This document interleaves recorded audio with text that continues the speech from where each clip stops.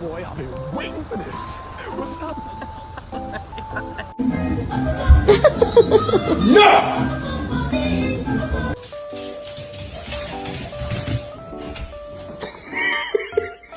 Simon Kea geliyor. Kea vurdu. Simon Kea. Bro, there's no way. Yay!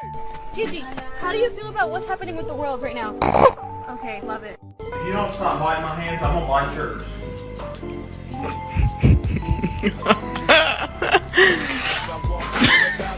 So take that, Dad.